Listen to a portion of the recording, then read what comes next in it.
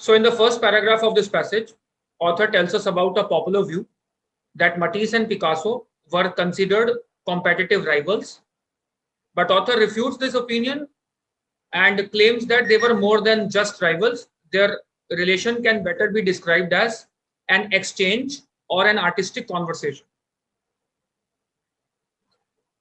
In the second and third paragraphs, author gives us examples to prove his point. He talks about Picasso's painting Large Nude in Red Armchair and tells us that it was basically a mockery of or a parody of Matisse's earlier painting, OT, or Dallas with a tambourine. Okay.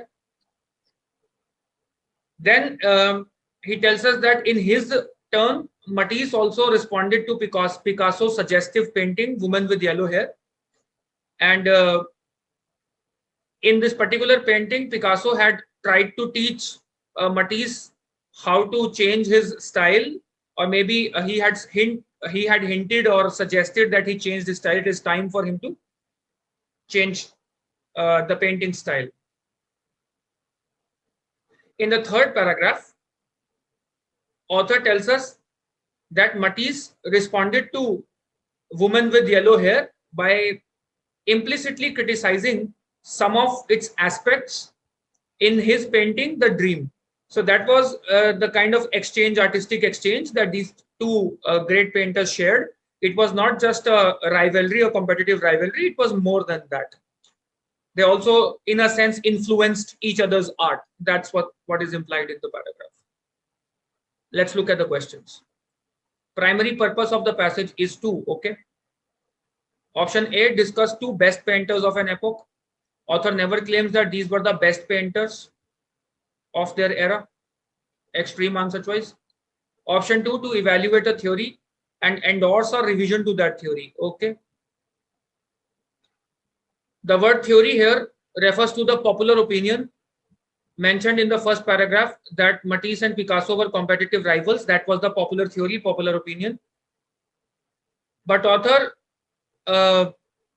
revises that opinion, he refutes it, and he suggests that they were more than rivals. That is the gist of the passage. Therefore, yes, he is evaluating a theory and refuting it.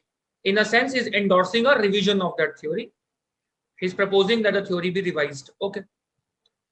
Option 3, to compare the selected works of two masters. Well, author has compared selected works, but that is not the main idea. This is a narrow point of discussion.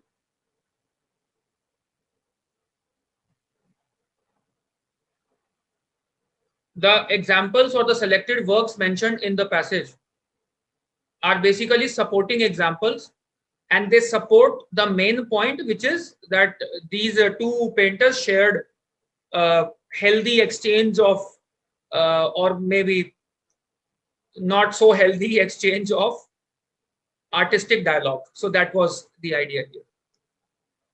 Option 4, the primary purpose is to show that Matisse's work is more sophisticated. You cannot generalize it. Such a statement is made only in regard to the last painting mentioned here, The Dream. That was more sophisticated maybe, but in general, was Matisse's work more sophisticated, and that too than whose work? So option 4 has two problems. It does not tell us the second entity of comparison. It also is a gross generalization. This point has not been made as a general statement. Question 1, answer is option 2. Question 2, the author would most likely agree with which of the following statements? Okay. Option 1 says artistic rivalries are more like Olympic competitions than professional sports. This is the very opinion that author has challenged in the passage. So this is opposite. Author says that artistic rivalries are not just competitive rivalries. They are more than that. They influence the the rivals art as well. Option 2, artistic rivalries generally last for decades.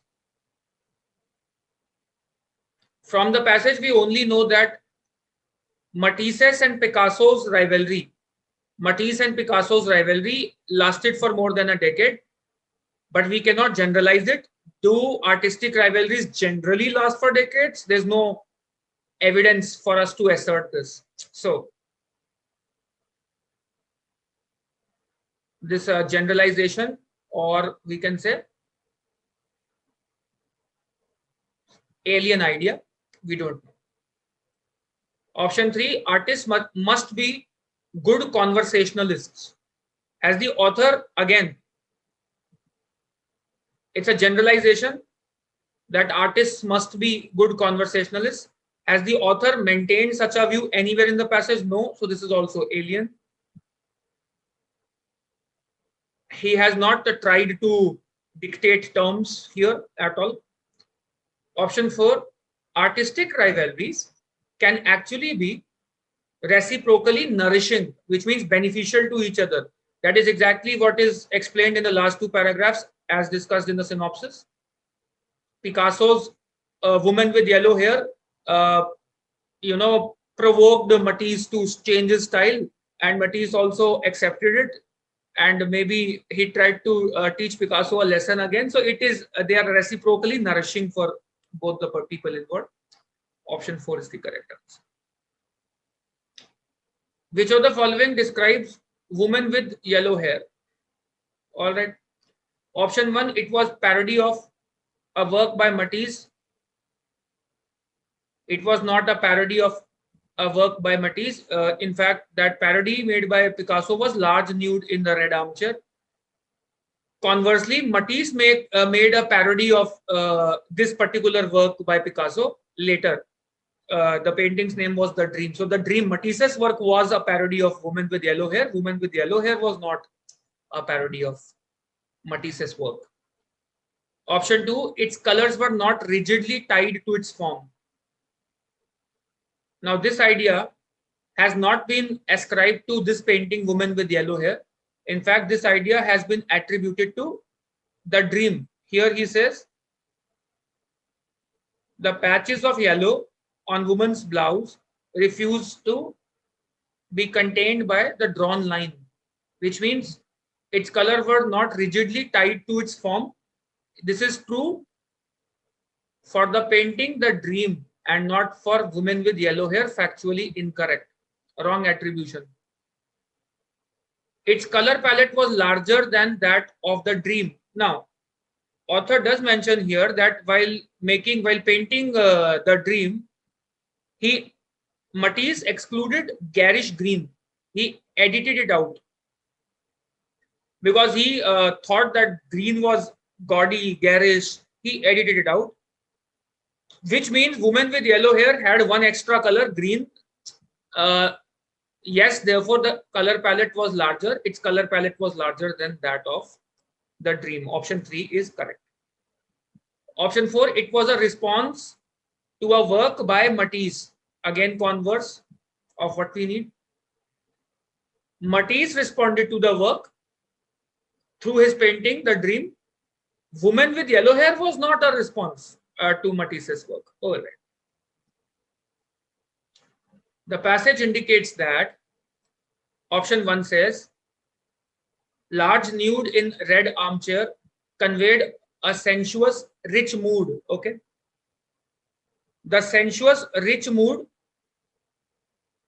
this property has been attributed to Matisse's painting and not Picasso's large nude in red armchair, which means this is factually incorrect, wrong attribution. Option 2, Matisse verbally commented about women with yellow hair. Not mentioned anywhere, alien idea, that he vocally commented on Picasso's painting. Matisse worked on The Dream for nearly a decade. Now, please note that his painting came after a decade of Women with Yellow Hair, but that does not mean that he worked on this particular painting for nearly a decade. He might have, started 6 years after Woman with Yellow Hair and might have completed the work in 3-4 years. So we don't know that. Therefore, did he work on this painting for nearly a decade? Again, factually twisted, distorted. Picasso was younger than Matisse. Okay. Here, it was written that Picasso's painting had an image of a woman, which was a direct attempt to master Matisse's style and to suggest to the older artist. So who was this older artist? Matisse. The older artist refers to Matisse. So Picasso's painting was a direct attempt to master Matisse's style and to teach this older artist, which implies Matisse was older, Picasso was younger. Option 4 is the correct answer. Which of the following, had it actually occurred during the artist's lifetime, would further support the author's thesis?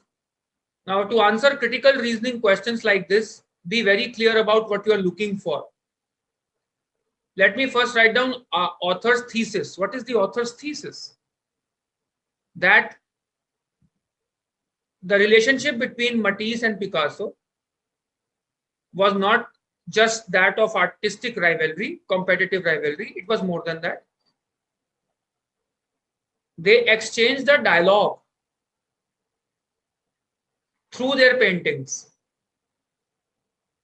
This is what the author has maintained throughout the passage.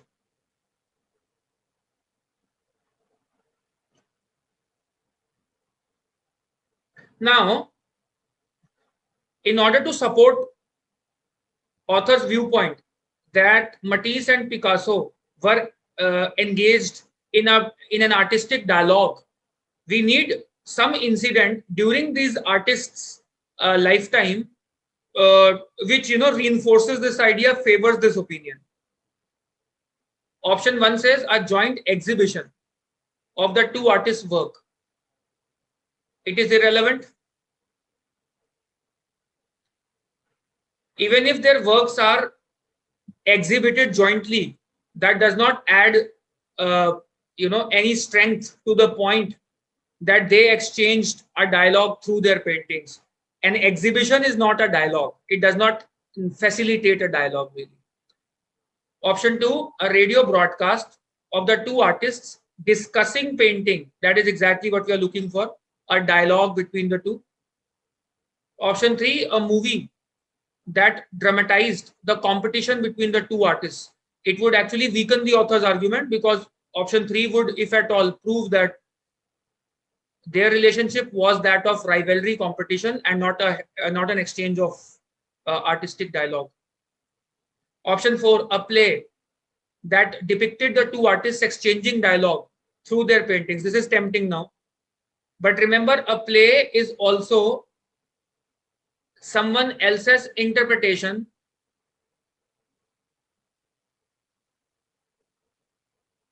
it is also someone else's interpretation of their relationship, Matisse and Picasso's relationship. And just because another person believes what the author believes does not lend support to author's belief. We have to show a real dialogue happening between these two men, Matisse and Picasso, to corroborate, to substantiate the author's claim. Just that another person also viewed their, a director, a playwright also viewed their relationship in the same light, does not support the author's argument or author's claim, really.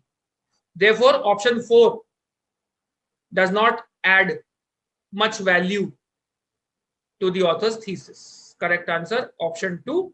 That's a concrete evidence that they actually shared a dialogue.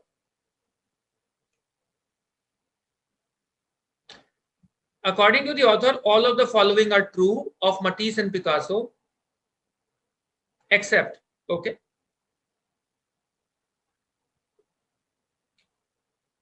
Option 1 says some of Picasso's work served as a suggestion for Matisse to rediscover his style? Yes. Woman with yellow hair. It is mentioned here.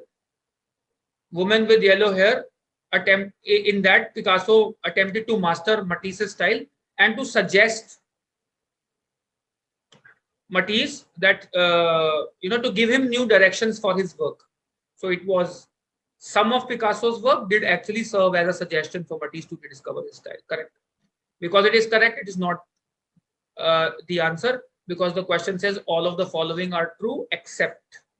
So keep that thing in mind. Sometimes learners tend to forget the question demand, and they know that this is correct, they interpret the text correctly, but they forget question demand and they mark incorrect answers. That happens a lot, especially with these except wala questions. So be conscious of such questions.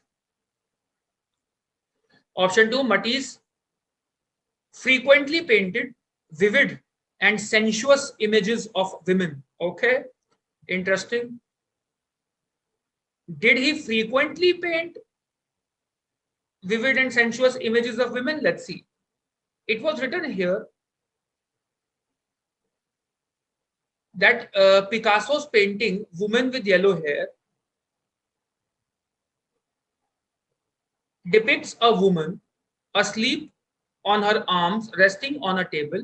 She is full, which means voluptuous, rich, she is warm, and she is curved. Her head and arms forming. Now, this was Picasso who painted this picture. But in the next sentence, it is written, this image seems a direct attempt to master Matisse's style, which means it was Matisse's style which Picasso tried to copy. So Matisse frequently painted. It was a signature style. So Matisse frequently painted vivid and sensuous images of women. Yes, correct. Can be inferred. Option 3, color in Matisse's paintings were not necessarily contained by the form. It was written for the last painting, The Dream, that the patch of yellow on the woman's blouse refuses to be contained by the line that Matisse must have drawn or painted, which means color in Matisse's painting were not necessarily contained by the form. This can also be inferred. In fact, explicitly mentioned. Picasso and Matisse never vocally criticized each other's work. This may or may not be true. Data is insufficient. Can't say. Author does not mention whether these two men ever vocally criticized each other, and therefore option 4 cannot be inferred. Correct answer, option 4.